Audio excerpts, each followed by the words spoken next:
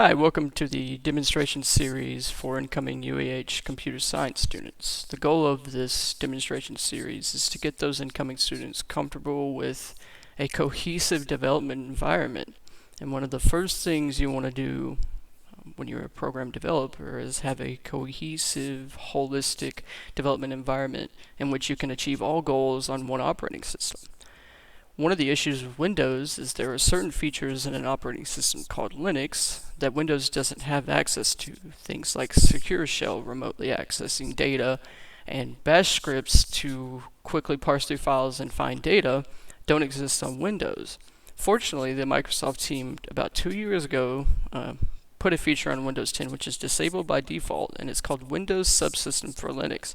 And so this particular demonstration, or this particular recording, is going to be targeted at setting up WSL in your Windows environment to essentially allow us to get all those benefits from the Linux development environment.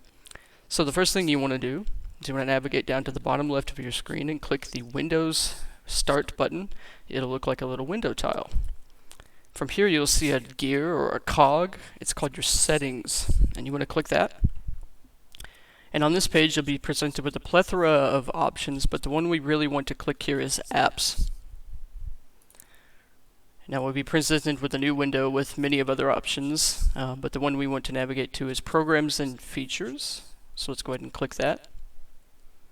And then a new window is going to appear, and you're going to see a ton of programs that are installed on the device. We don't really want to piddle with that too much. What we want to do is go over here on the left and choose the Turn Windows Features On or Off dialog. And once we click that, we'll be presented with another window. And this one's the critical one, so we want to scroll down within this dialog box.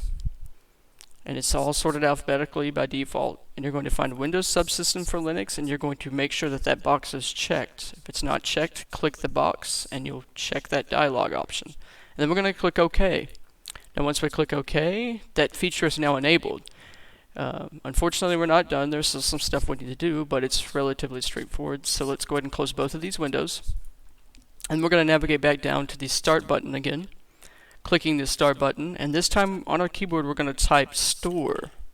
And now here you're going to see the Microsoft Store option as the top option. Let's go ahead and click that. Once here, you want to go to the Search button in the top right of your screen. And when you click that, you want to type in DEBIAN. It says Debian. Now this is a Linux distribution, and it's something that you'll learn about in your further courses. There are different alterations of the Linux kernel, which is sort of what defines it as an operating system. Here at UAH, we're going to recommend you use Debian because it's the most compatible with all of our other systems that we have in place.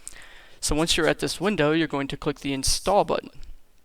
You may be prompted to create a Microsoft account. Simply decline that, and then when this Sign Up dialog box pops up, you want to close it. And then the install process will begin. It's a relatively quick install here, and you'll see that. So now that it's done downloading, we're going to close the Microsoft Store option.